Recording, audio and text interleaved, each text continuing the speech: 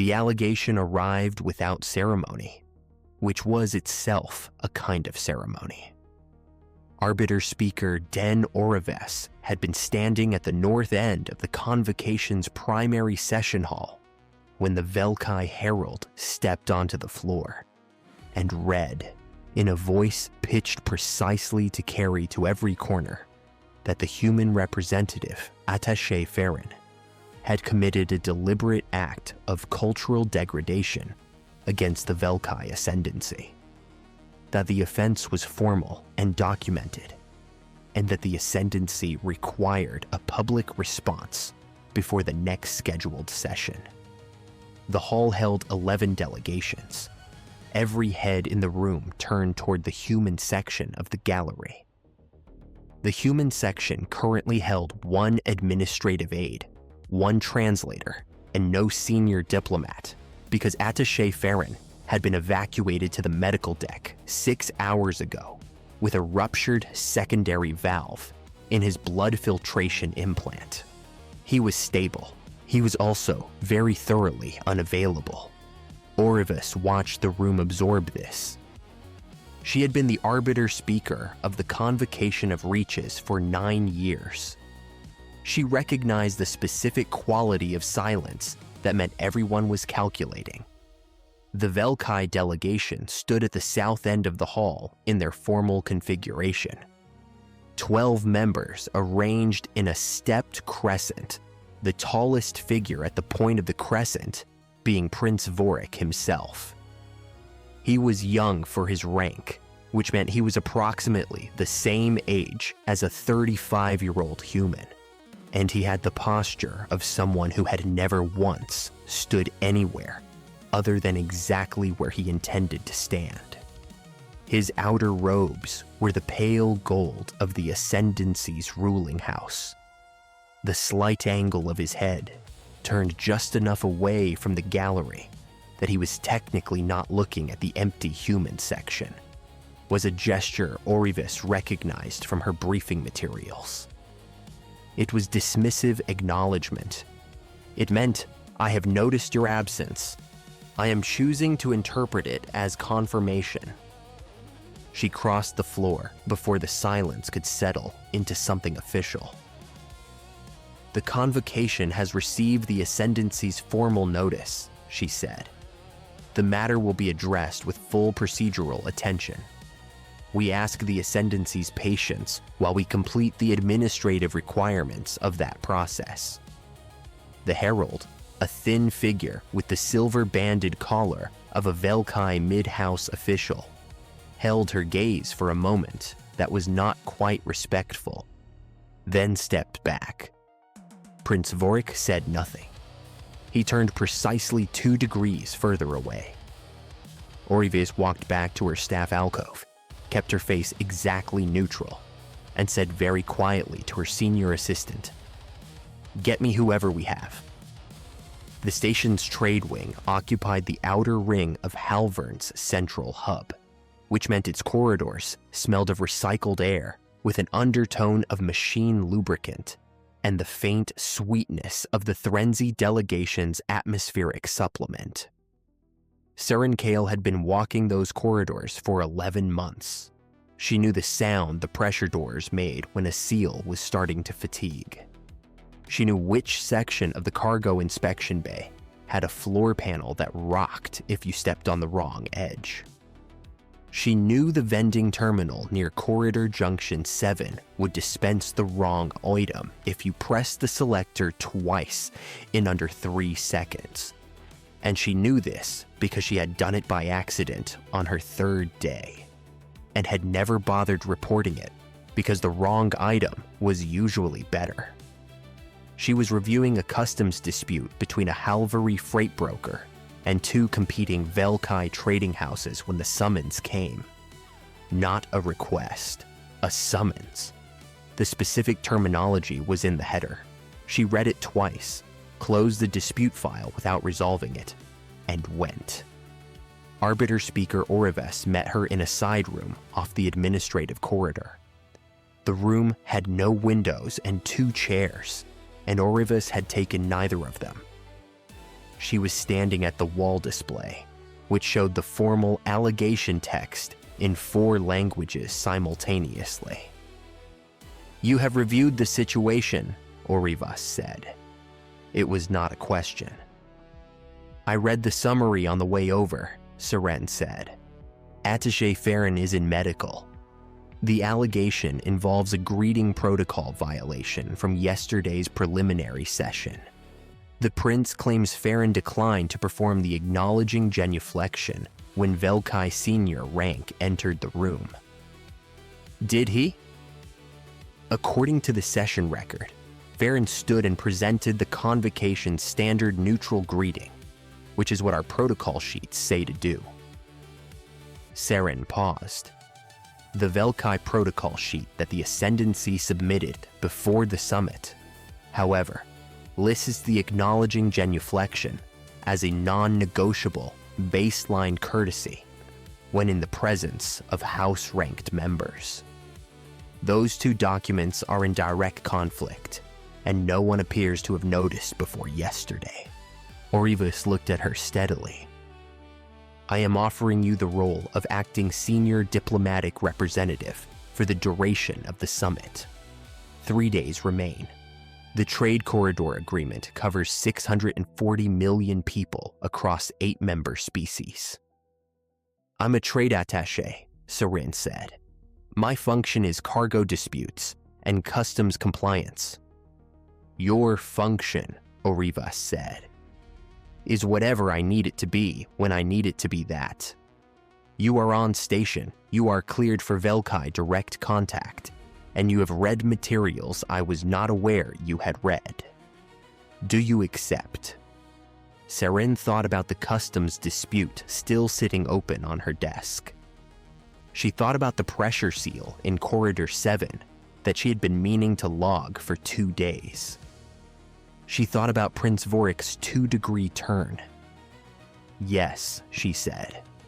"I need the full Velkai cultural protocol documentation, the session transcripts from the last 4 days, and someone to cover my cargo desk." Orivas was already writing the authorization. The Velkai guest wing occupied the station's 2nd-tier residential block, which had been renovated 3 years ago to accommodate delegations with non-standard atmospheric preferences. The Velkai atmosphere ran slightly denser and significantly warmer than Helvern's default, so the corridor outside the guest wing carried a noticeable change in air quality. A dry wall of warmth that pressed against Seren's face the moment she rounded the corner. She had spent the previous night reading, not skimming, reading. The Velkai Ascendancy's cultural documentation ran to 912 pages, including appendices. She had read all of it, made notes on about 200 pages, and slept for 3 hours before her scheduled introduction meeting. She arrived at the Velkai wing entrance 4 minutes before the appointment time, not 3 and not on the hour, because Velkai timing culture treated early arrival as presumptuous and late arrival as dismissive. And 4 minutes early fell within their defined zone of appropriate anticipation. The junior protocol officer who met her at the door was named Oris. He was young, with the silver-gray coloration of a mid-house Velkai family, and the slightly overworked expression of someone who had been managing a difficult superior for the better part of a week.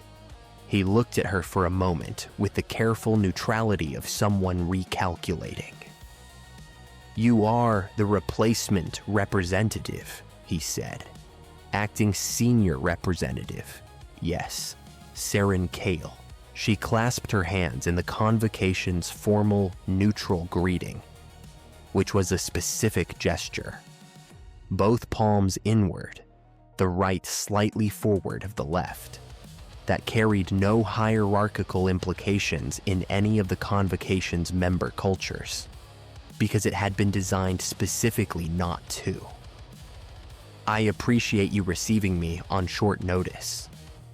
Oris returned the gesture, which was technically correct, but slightly surprised. Most human representatives, she had learned from the briefing notes, either forgot the neutral greeting or performed it wrong. "Prince Vorric will meet with you in the primary reception chamber," he said.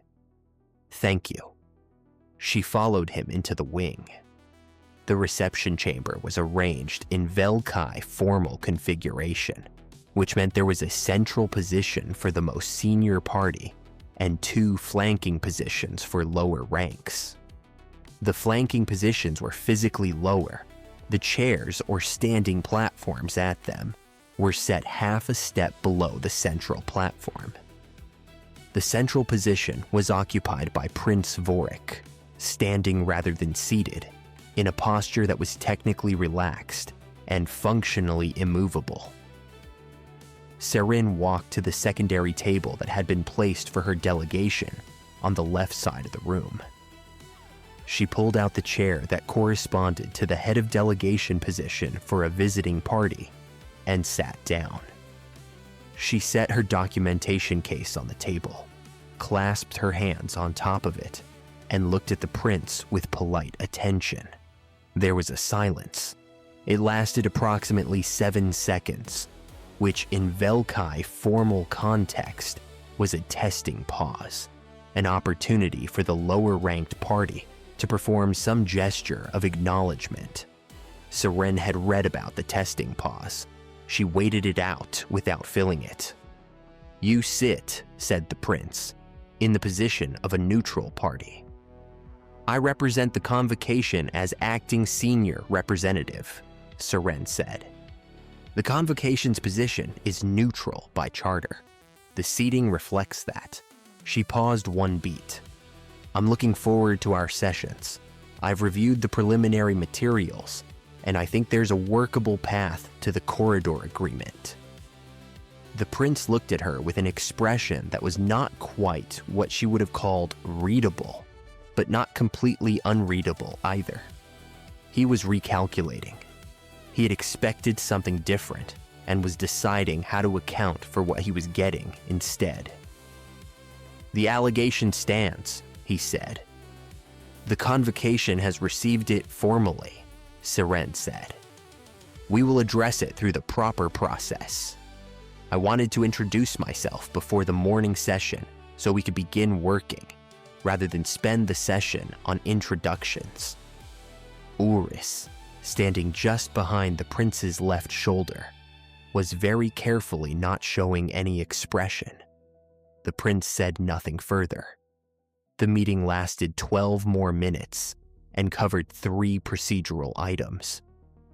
None of them were resolved, but all 3 were identified and logged, which was more than the previous 4 sessions had managed. The morning session was in the main chamber, which held all 11 delegations and was the most formal space on the station.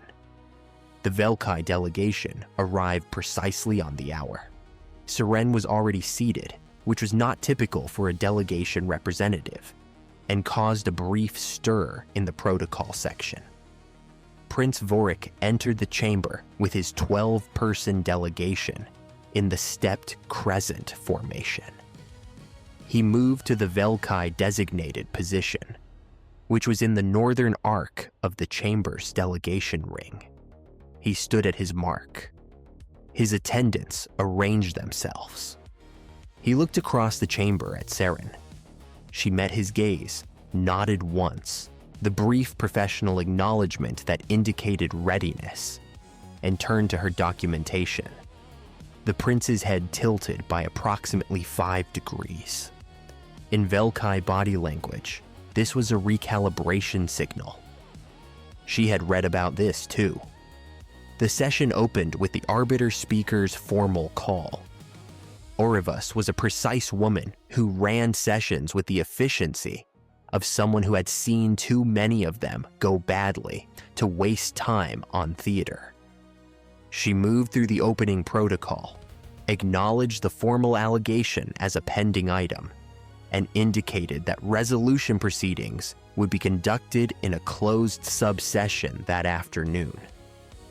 The prince stood when it was his turn to speak.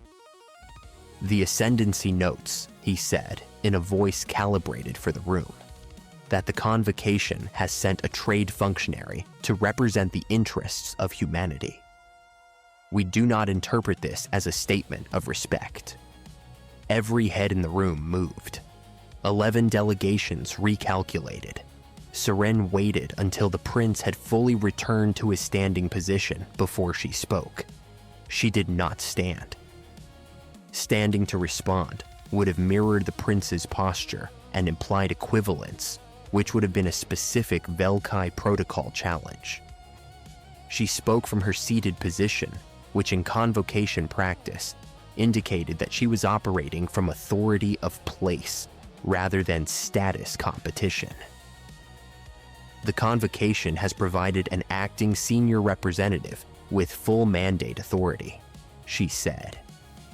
"I'm happy to clarify my credentials in any closed session if that would be useful. For now, I suggest we move to item 3 on the agenda, which covers the transit licensing framework. I've prepared a revised summary based on the last 4 sessions." She set a copy of the summary on the table, and the convocation's distribution system sent it to every delegation terminal simultaneously. The room spent a moment looking at the summary rather than at the prince. It was a small thing. It was not a victory, but it was a step. The pressure seal failure happened at the 14th hour of the second day, which was station night by the clock, and very much not night by the actual activity level of Halvern's residential sections. Seren had been walking back from the trade wing to the diplomatic residential block with a folder of revised clause language under her arm when the corridor alarm began. It was not the full emergency tone. It was the maintenance severity tone, a lower, more measured sound that most people were not trained to recognize as urgent. Seren recognized it because she had read the station's operations manual in her second week, not because anyone had told her to, but because she had wanted to understand the logistics of the place she was working. She stopped, looked at the corridor section displays, and located the source, a pressure variance in the Velkai guest wing's secondary ventilation loop, the kind of variance that preceded a seal rupture. She had flagged a similar anomaly in her notes 3 days ago, listed as a maintenance item she was going to report, and had not yet reported. She moved toward it rather than away. The Velkai guest wing's outer corridor was already showing elevated temperature by the time she arrived, the air thicker and carrying the sharp chemical note of a failing gasket. 2 Velkai attendants were in the corridor, one of them speaking rapidly into a communication device, the other standing outside a door that was not opening. Seren assessed the door. It was a standard Halvern residential hatch with a manual override panel on the right side. The override panel required a station authorization code, which she had because she was listed as a senior representative, and senior representatives had full residential deck access. She crossed to the panel, entered her code, and pulled the manual release. The door opened. Inside was a single Velkai occupant, Vorric's personal attendant, a small elderly figure with a deep rust coloration of old house Velkai lineage, sitting very still in the middle of the room with the composed expression of someone who had decided not to panic and was holding to that decision by will alone. "The seal's going to fail in approximately 4 minutes, Seren said to the attendant in the clearest, most direct voice she had. "I need you to come with me now. Can you walk?" The attendant looked at her with an expression of startled appraisal, then stood without assistance and walked to the door. The seal failed 11 minutes later, venting the wing's secondary loop into a containment space that had been designed for exactly this contingency. No one was in it. The damage was entirely structural, repairable, and already being assessed by station maintenance by the time Seren was filling out the incident report in the administrative annex. She wrote in the report that she had identified the anomaly 3 days prior and had failed to file it. She wrote this without being asked to and without softening the language. Prince Vorric was not present for any of this. He learned about it from Oris, who had been one of the corridor attendants, who had watched the whole thing from a position of clear visibility. The revised trade clause appeared on day 3, embedded in a subsection of the corridor use agreement, labeled Standards of Professional Conduct for Member Entity Representatives. The language was technical and dense, the kind of dense that took training to read as anything other than boilerplate. Seren had spent an hour that morning going through the Velkai delegation's proposed additions to the agreement framework, line by line. She found it in subsection 11, paragraph 4. The clause required that all convocation representatives operating within a trade corridor acknowledge the cultural primacy of the hosting ascendancy in any matter of conduct-related dispute. It was phrased as a mutual standard applying to all parties. But in application, it would function asymmetrically because the Velkai Ascendancy controlled 3 of the 6 corridors under discussion, which meant that in any corridor-related dispute, their cultural standards would be the operative standard. Seren read it 3 times. Then she drafted a replacement paragraph. She did not change the substance of what the clause was trying to accomplish, which was, at its core, a desire for consistent standards of behavior. She simply removed the language that made one party's cultural framework the default standard, replacing it with a reference to the convocation's existing conduct framework, which was culturally neutral by design and had been ratified by all 11 member delegations, including the Velkai Ascendancy 12 years ago. She presented this at the afternoon working session as a technical clarification to avoid interpretive ambiguity. She placed both versions side by side on the shared display, explained the difference in 2 sentences, and asked if the Velkai delegation's legal team would prefer to review the language before it was incorporated. The prince's lead counsel looked at both paragraphs for a long time. He then said in a carefully flat voice that the clarification was noted and would require overnight review. The prince, seated at the Velkai position, was very still. Seren did not look at him for longer than the normal rhythm of a working meeting required. She moved to the next item on the agenda. There was a quality to the prince's stillness after that, for the remainder of the session, that was different from the quality of his stillness in the first session. It was less certain. She noticed this without remarking on it, and kept working. Oris found her in the late afternoon, near the corridor junction that connected the diplomatic residential block to the trade wing. He was carrying a documentation folder and had the expression of someone who had been looking for a particular door and was not entirely sure they wanted to open it. "You have a moment," he said. It was not quite a question. "A few," Seren said. They walked to a sitting alcove near the junction.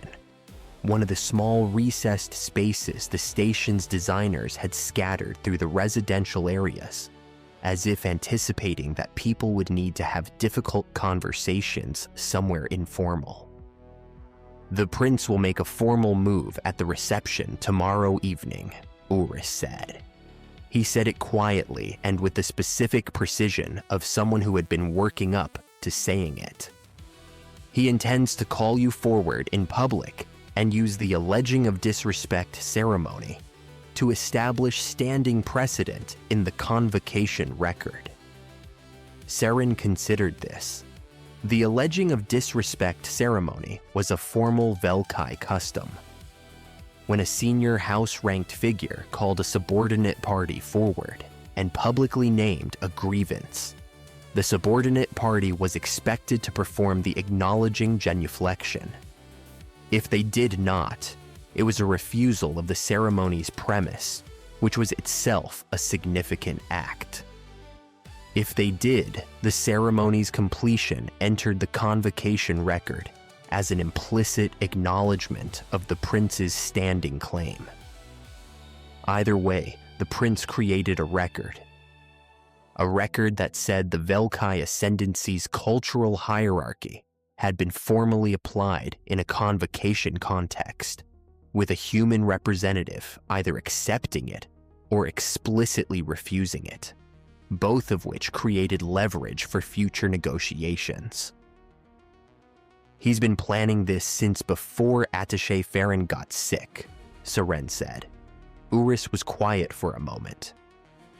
"The timing of the formal allegation, yes. The original plan may have been different." "Why are you telling me this?" Urus set the documentation folder on his knee. "Because the corridor agreement matters, and because what he intends to use it for, the creation of precedent, is not what most of my delegation actually wants from this summit. They want the agreement, the trade revenue, the stability." He paused. "He is young and he has something to prove. What he is proving it on is our actual policy interests." Seren looked at him. She had read a great deal about Velkai house dynamics, but reading about something and watching a junior protocol officer make a careful, deliberate decision in real time were different experiences. She did not say this. "Can you help me document the session record accurately?" she asked. Not as a strategy, just accurately. Every session, every exchange, every proposed clause and our response. A complete record of what the negotiations have actually consisted of. Urus looked at the folder in his hands. It was, she realized, already most of that documentation.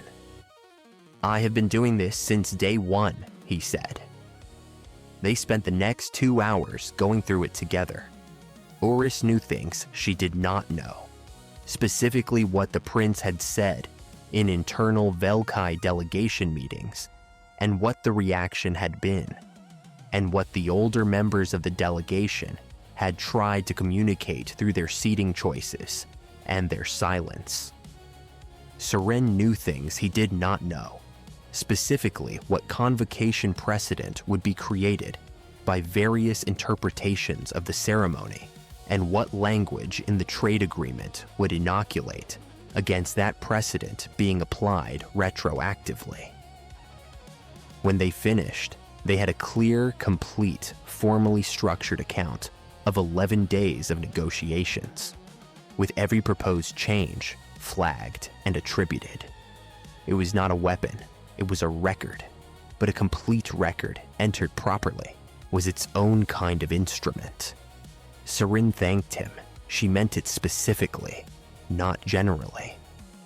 The reception was held in the convocation's main social hall, which occupied the top tier of the station's central hub and had transparent panels that showed the slow rotation of Halvern's outer docking ring against the backdrop of open space. It was the kind of room designed to make people feel small, in a way that was supposed to feel significant. and it largely succeeded. All 11 delegations attended. This was the second-to-last formal event of the summit, and the social session before the signing day, so the mood in the room was a specific mixture of cautious relief and remaining tension that characterized the end of hard negotiations. People were almost across the finish line. The last few steps were the ones where you could still trip. Prince Vorric moved through the room in a way that was not exactly circulating. He was present without being approachable, attended by 2 personal attendants and his senior herald. He was performing a kind of waiting. The room was aware of him, and he was aware of the room being aware of him, and the performance had a direction to it. Seren was near the far end of the hall, speaking with the Threnzy delegation's junior representative about a customs clause that was tangential to the main agreement but mattered considerably to the Threnzy freight routes. She was holding a glass of the Halvern Standard reception drink, which was barely alcoholic and tasted like mineral water with ambitions, and she was tracking the room with the same attention she gave to a documentation set. Looking for structure, not for drama. She saw the prince begin to move toward the center of the hall. She saw the herald step forward. She understood what was coming approximately 45 seconds before it happened. She excused herself from the Threnzy representative, set down her glass, and positioned herself where she had a clear path to the hall's center. Not because she was going to rush there, because she wanted the path clear when she walked it.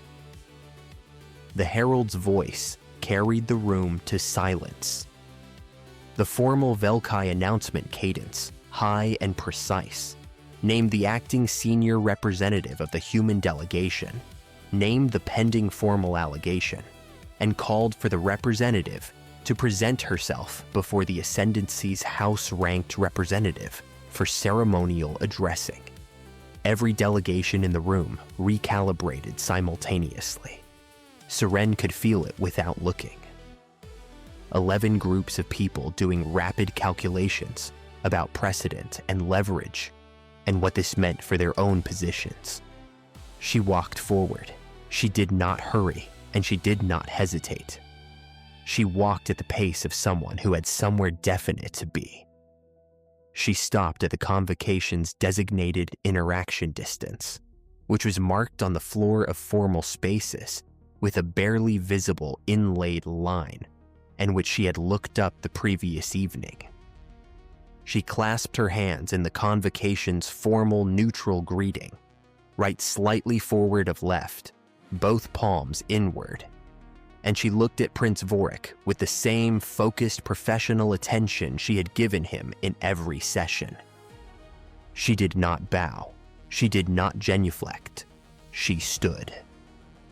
The prince had been arranged for this moment, positioned to receive a deference gesture and to acknowledge it formally, which would create the record he wanted. The moment stretched. His attendants were very still. The herald had completed the announcement and was waiting. I welcome the opportunity to address any concerns the Ascendancy has raised through formal channels, Seren said. Her voice was clear and direct and not aggressive. The convocation's process for handling the allegation is underway, and I'm prepared to discuss it now, or in any session the arbiter speaker designates. I take the Ascendancy's concerns seriously, the prince said in a voice that had been calibrated for impact. You have shown consistent disregard for the Ascendancy's standing. This ceremony records that failure. I have followed every convocation protocol precisely, Seren said. I have documentation of every session exchange, every proposed clause, and every procedural action taken by my delegation, if a review is needed. She paused one beat. The Velkai Ascendancy is among the most significant members of this convocation. I have treated every session as a reflection of that significance. If I have made a specific error in any specific exchange, I want to know what it was so I can account for it. She said this without sarcasm and without performance. She meant it with exactly the literalness it contained. The prince could not enter the record as having named a specific error because no specific error existed that could survive documentation review. He could escalate to a full formal accusation, which would require a hearing, which would produce exactly the documentation she had just referenced, and the documentation would show 11 days of correct protocol. He could complete the ceremony by accepting her response as the ceremonial acknowledgement, in which case the record would show a human representative addressing concerns as an equal, not as a subordinate. He could withdraw, in which case the ceremony was incomplete. He chose something she had not anticipated. He said, "You do not genuflect." It was not an accusation, it was an observation, almost a question. "I represent the convocation's neutral standing," Seren said. "The convocation's greeting is what I have." She paused, and then she said something that was not in any protocol document she had read, but that she had understood from watching Urus make his decision in the alcove the previous afternoon. "I think you know this summit has produced a real agreement. I think you know the corridor framework matters. I'm going to do everything I can in the next 22 hours to make sure the agreement holds and the signing goes cleanly. That is what I'm here for." The silence lasted 4 seconds.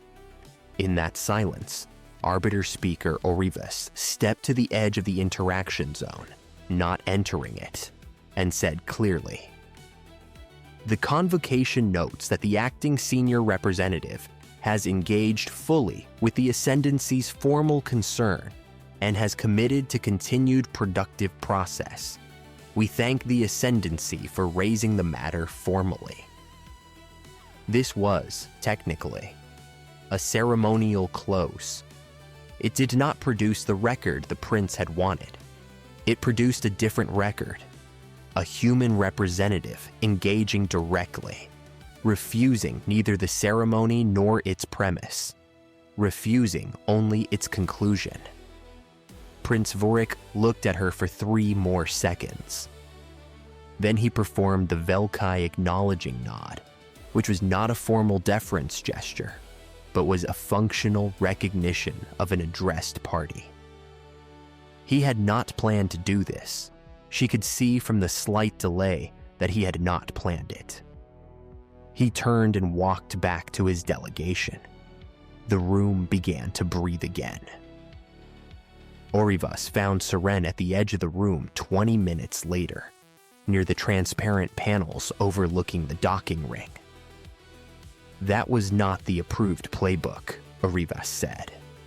"There isn't an approved playbook for that situation," Seren said. "I read everything we had." Orivas was quiet for a moment. Outside, a cargo hauler was completing a docking approach with the slow precision of a very large thing being moved by careful people. "You held the record clean." "Urus helped with the documentation," Seren said. "He had materials I didn't have. If you're writing the summary for the convocation file, that should be in there." Orivas looked at her sideways. "You are also going to put your maintenance report failure in the same file." "Already submitted it," Seren said. "Day 2 Incident Report, Section 4. I flagged the variance 3 days before the failure and didn't file it in time. That's in the record." Orivas turned back to the docking ring. "Prince Vorric has requested a closed working session tomorrow morning before the formal signing." Seren turned this over. A closed session requested by the prince on the morning of the signing day was either an attempt to renegotiate terms or a different kind of meeting entirely. She did not yet know which. "I'll be there," she said. The closed session was in one of the small working rooms off the main corridor, a room with a single table and 4 chairs, and no windows and no gallery. The prince arrived with only Oris, which was itself a statement. Senior Velkai figures did not reduce their attendant count in formal settings unless they were making a deliberate choice to signal reduced formality. He did not begin with ceremony. He sat down, set both hands flat on the table, which in Velkai body language was a disclosure posture, and said, "The Halvari corridor is the one my house controls most directly. The framework, as written, gives the convocation oversight rights at 3 junctures. I want 2. Seren looked at the framework document she had brought, not because she needed to look at it, but because it gave the conversation a concrete object to organize around. The 3 oversight junctures are there because of a specific incident 8 years ago involving a transit disruption that affected the Thrensi freight routes. The 3rd juncture was added as a response to that." "I know what the 3rd juncture is," the prince said. "I want a sunset clause, 4 years. If no comparable incident occurs, the 3rd juncture is removed by mutual agreement." Seren thought about this. A sunset clause with a defined trigger was not a reduction of oversight. It was a conditional oversight structure. It gave the prince a path to the outcome he wanted while maintaining the protective function for the Thrensi routes in the interim period. "That's workable," she said. "I'll need Arbiter Speaker Oribus to sign off on the language before it goes into the agreement." "That is understood," the prince said.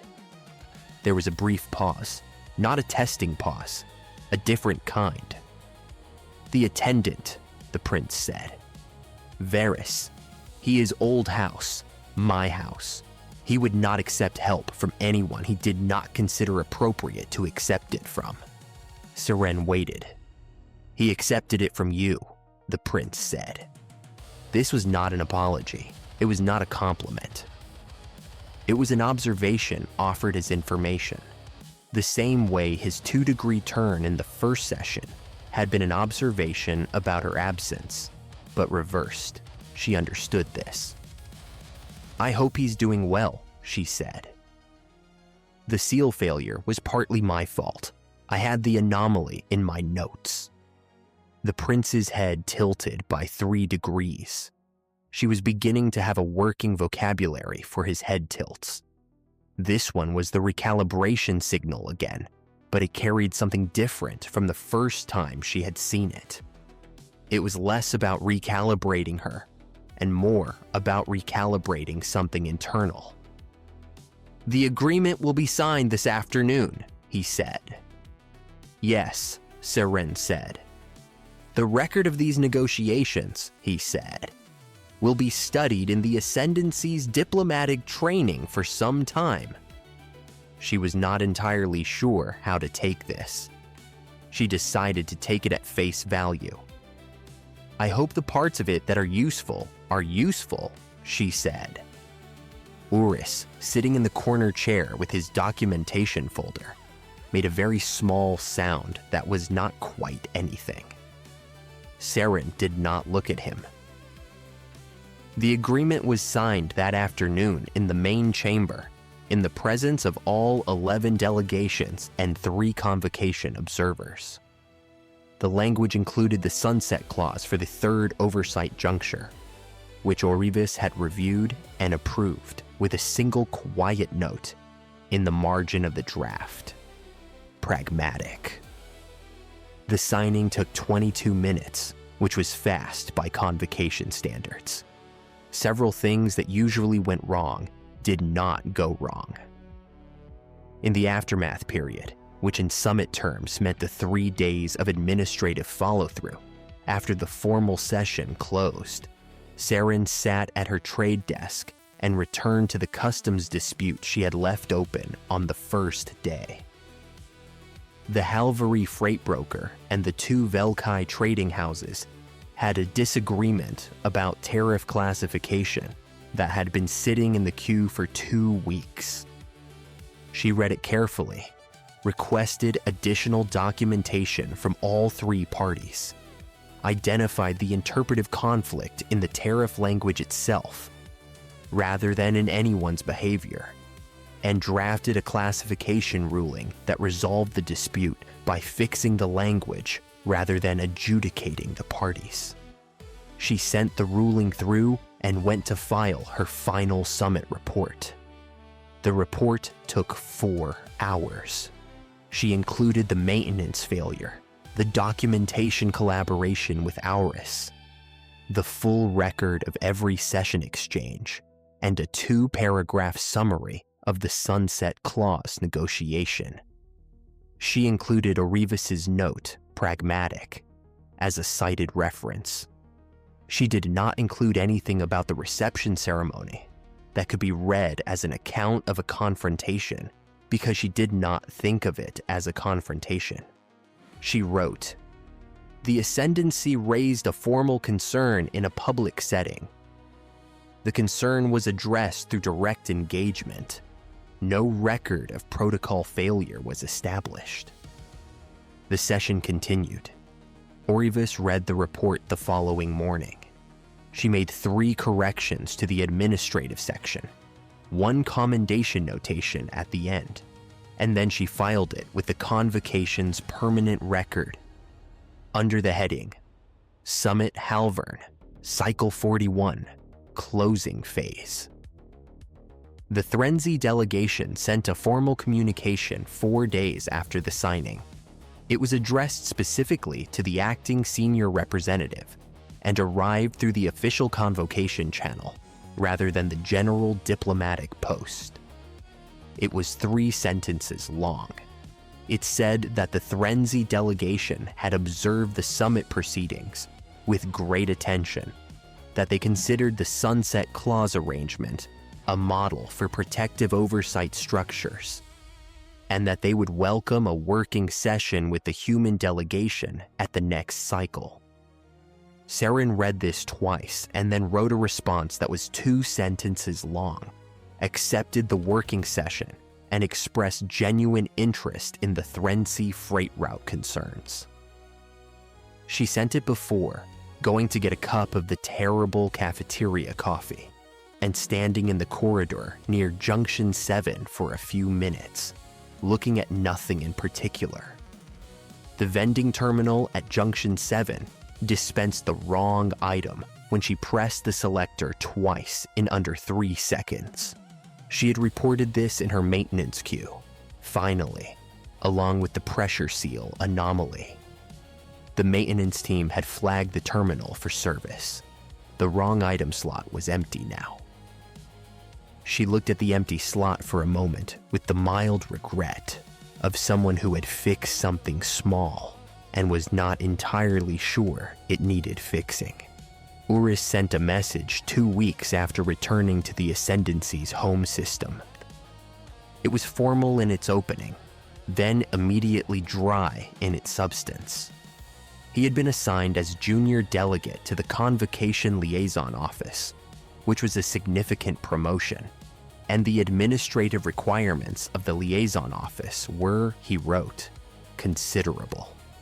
He included a single line at the end.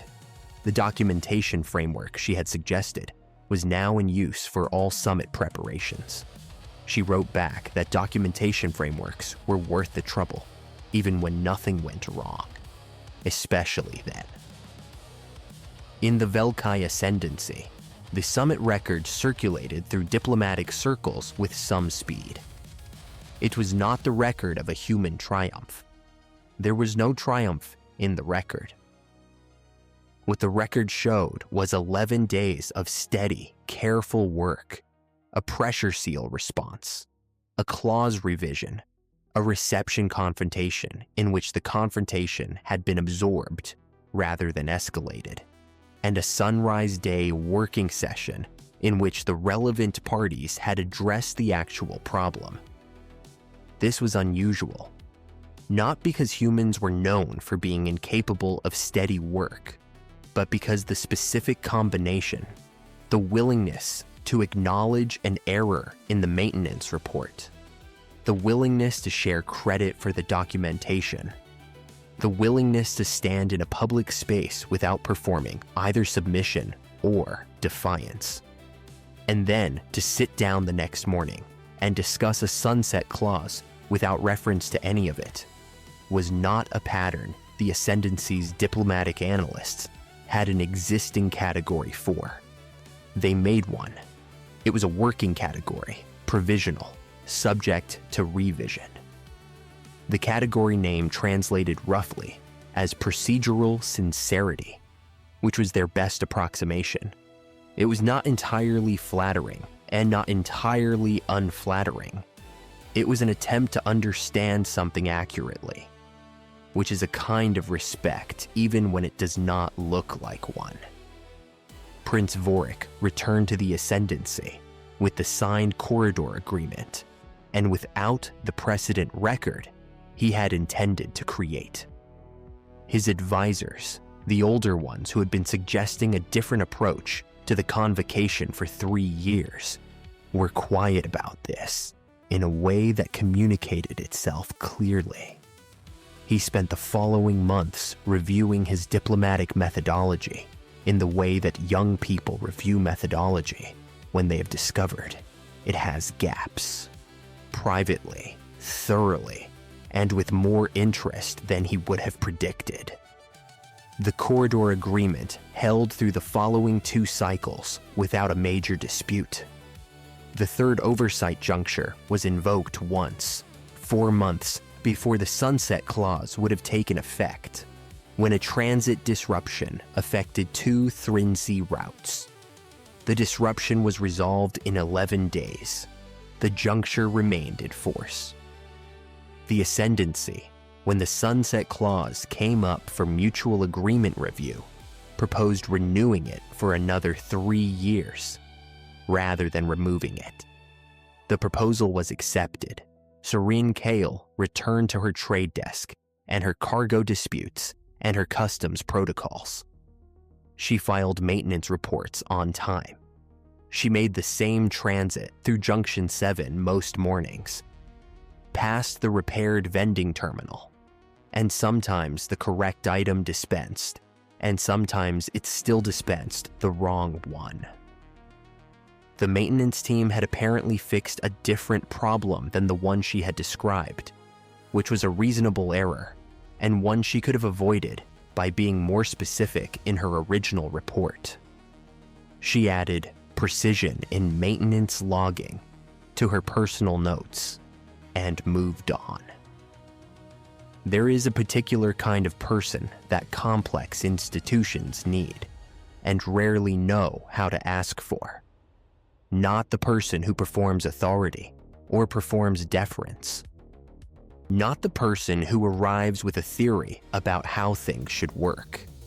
The person who arrives with attention, patient, specific, honest attention, turned equally on the situation and on themselves, capable of noticing both what is wrong in the room and what they personally got wrong, and of treating both with the same matter-of-fact repair instinct.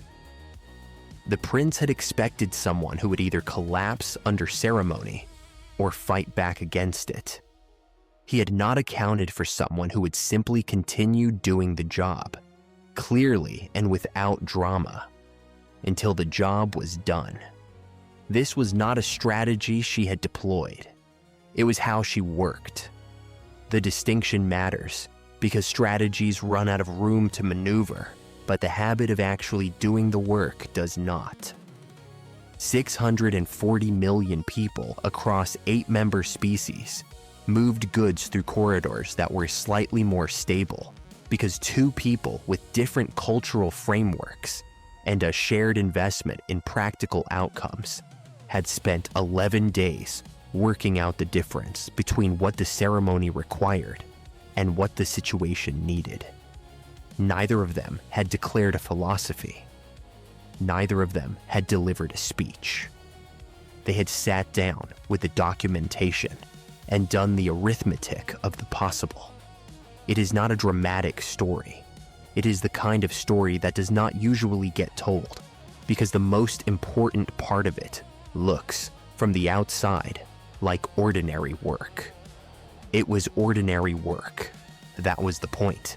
If this kind of story is the kind you want more of, the ones where the quietly steady person in the corner turns out to be the one who held the room together, then there are more of them here, and they are glad to have you.